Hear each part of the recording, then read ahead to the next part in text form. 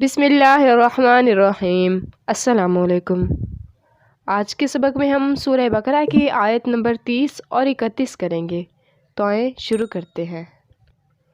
آیت نمبر 30 میں ہے واضبر وا یعنی اور، اذ جب، قالا کہا، رب نے، کاف زبر کا، آپ کے، لام زیر لیے یا سے، الملائکتی فرشتوں، انی یہاں پر ان کا مطلب ہے بے شک، اور چھٹیے کا مطلب ہے میں، اور اکثر ہی چھٹیے کا مطلب میں ہوتا ہے۔ جاعلن بنانے والا ہوں یا بنا رہا ہوں، فی میں الارضی زمین، خلیفتاً خلیفہ یا نائب۔ وَإِذْ قَالَ رَبُّكَ لِلْمَلَائِكَةِ إِنِّي جَاعِلٌ فِي الْأَرْضِ خلیفہ، اور وہ وقت یاد کرنے کے قابل ہے جب تمہارے پروردگار نے فرشتوں سے فرمایا کہ میں زمین میں اپنا نائب بنانے والا ہوں۔ قالوا انہوں نے کہا یعنی فرشتوں نے کہا،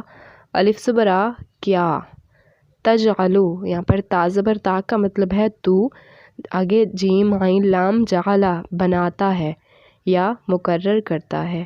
قالوا اتجعلو انہوں نے یعنی فرشتوں نے کہا کیا آپ بناتے ہیں یا مقرر کریں گے، فی میں ہا اس یعنی زمین میں، من جو، یفسدو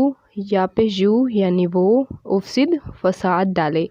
جو فساد ڈالے، فی میں ہا اس، فی ہا اس میں یعنی زمین میں، و اور یسفکو بہائے، الدماء خون، اور بہائے خون یعنی زمین میں، و اور نحنو ہم، نسبحو نون پیش نو کا مطلب بھی ہم ہے، تو کیونکہ جس بات پر زور دینا ہے اسے دو بار کہا جاتا ہے، وَنَحْنُ نُسَبِّحُ اور ہم تسبیح کرتے ہیں، بھی ساتھ، حمدی حمد یا تعریف، حمد کا مطلب ہے اللہ کی تعریف، تو بحمدی ساتھ تعریف کے، کاف زبر کا تیری، و اور نقدسو نون پیش نو کا مطلب ہے ہم،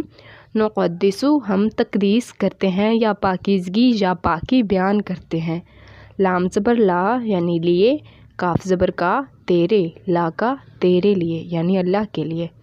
قالوا اتجعل فیہا من یفسد فیہا ویسفک الدماء ونحن نسبح بحمدک ونقدس لک، انہوں نے کہا یعنی فرشتوں نے کہا کیا تو اس میں ایسے شخص کو نائب یعنی خلیفہ بنانا چاہتا ہے جو خرابیاں کرے یعنی فساد پھیلائے، اور کشت و خون کرتا پھرے یعنی قتل کرتا پھرے، اور ہم تیری تعریف کے ساتھ تسبیح و تقدیس کرتے رہتے ہیں۔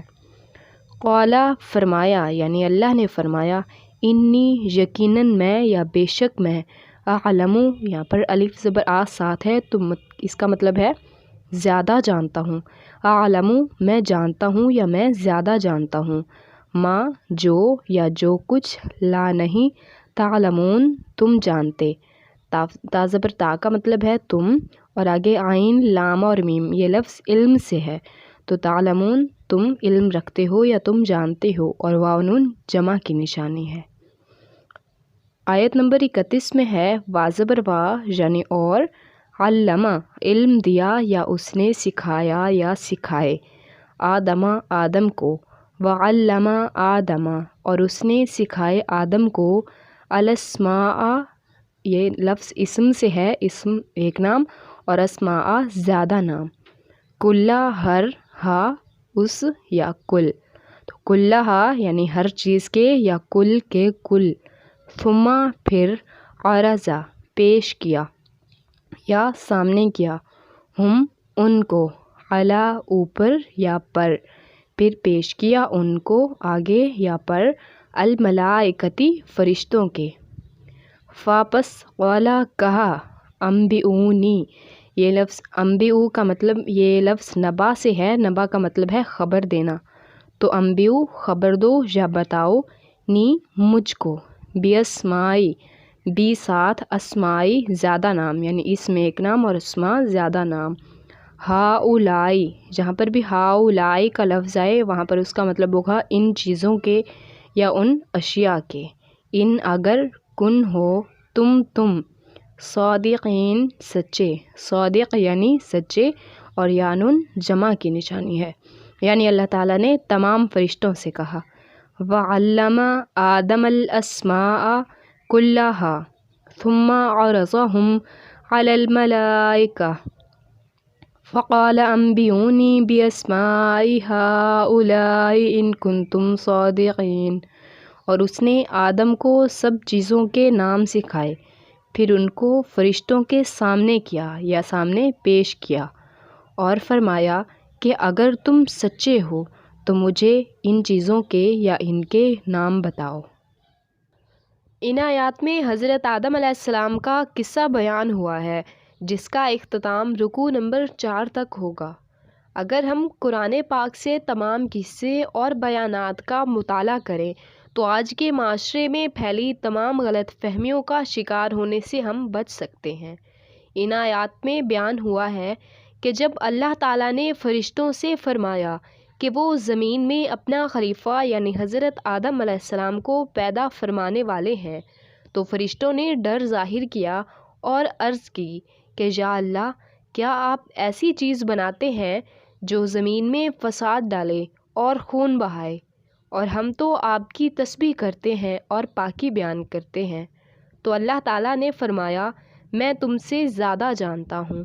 اور پھر اللہ تعالیٰ نے حضرت آدم علیہ السلام کو تمام چیزوں کے نام سکھا دیے۔